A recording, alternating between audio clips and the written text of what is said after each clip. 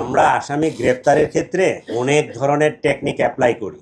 এই রাউজান হাটহাজারি সার্কেলের আমি একসময় এএসপি ছিলাম, ঠিক আছে, সার্কেল এএসপি। তো ওইদিকে ওই যে স্কুলের বাচ্চা টাচ্চা খুব অপহরণ হইতো, অপহরণ হয়ে যায়, নিয়ে যায় জঙ্গলের মধ্যে রাখে, আর টেলিফোনে চাঁদা চায়। তা আমরা করতাম কি, ওই যে টেলিফোনে চাঁদা চাচ্ছে ওকে আইডেন্টিফাই করে ওর বাড়ির ওর বাবা মা অথবা ভাই বোনকে তুলে নিয়ে আসতাম, নিয়ে আসে ওর সাথে নেগোসিয়েশন হইতো যে তুমি ভিকটিমটা ছাড়ো, তারপরে আমরা এটা ছাড়বো।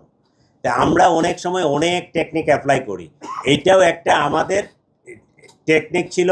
তার ফ্যামিলির উপর ওই রকম চাপ ছিল যে ওরে আসে যদি আপনারা না দেন, আমাদের কাছে হস্তান্তর না করেন, তাহলে আমরা কিন্তু আপনাদের ফ্যামিলি মেম্বারদেরকে অ্যারেস্ট করব। এইটা আমাদের একটা পার্ট, টেকনিকের পার্ট। ওরা যে এমনি স্বেচ্ছায় আসে ওই হস্তান্তর করছে, বিষয়টা এরকম না, এটা একটা পুলিশি টেকনিকের একটা অংশ।